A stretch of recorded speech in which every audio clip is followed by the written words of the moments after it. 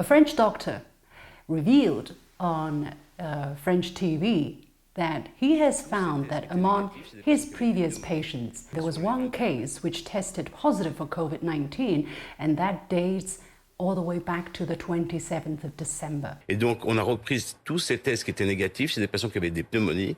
Et sur les 24 patients, nous avons eu un qui était positif au Covid-19 le 27 décembre, quand il était hospitalisé chez nous à Jean-Verdier. Remember, I interviewed the Chinese doctor who was the first to sound the alarm about COVID-19. She discovered the first cases of COVID-19 in Wuhan on the same day, 27th of December. So that opens up a lot of questions. How come? What happened before that case? It is known that that case had no travel history to China. So it was a local case. Where did that person contracted COVID-19? And this was not the only piece of story that was capturing international headlines. Actually, another story released at the end of April also went pretty much unnoticed by the mainstream US media, but picked up by the media here in China, and that has to do with a mayor of a smaller city in New Jersey by the name of Michael Melham. He basically told the local press that he was sick last November and he had very similar symptoms to people who were suffering from COVID-19, but he didn't know what the disease was because he never got tested. And only a couple of days earlier, when he went to the doctor for an antibody test, did he find out that he already has the antibody. I'm living, breathing proof that we were all dealing with it months earlier. Others have also told me they were really sick in November and December. We just didn't know from what. So there is the bigger question. Did he really contract COVID-19?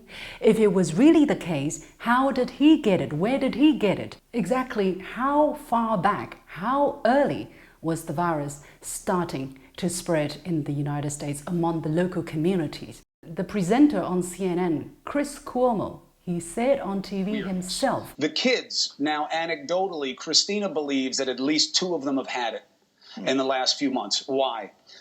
Well, we don't know, but atypically long-duration sinus fever lethargy. I think we're going to learn that coronavirus has been in this country since like October.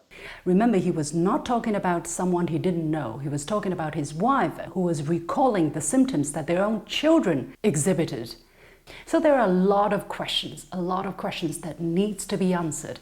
And yet, it is kind of weird, because when you hear these kind of stories reported on US TV, it's almost always reported in a matter-of-fact manner, and people will always say, yeah, so we just don't know since when it came from China to the United States. But how do you know that it came from China in the first place anyway? Is there any evidence that no matter how early it came from China? This is a big question people need to ask, that scientists need to answer, that doctors need to go and find out and ask.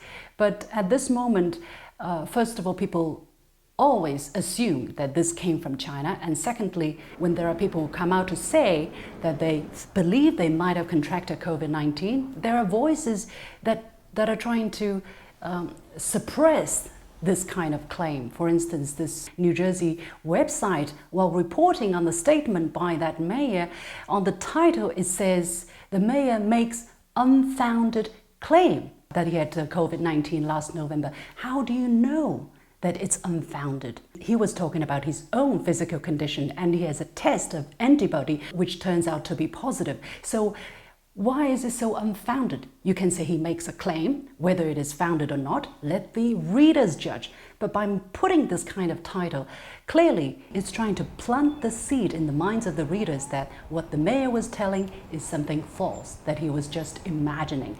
And then related to this report, there is an opinion piece which asks people to stop saying that they believe they contracted coronavirus. Why should people stop saying that?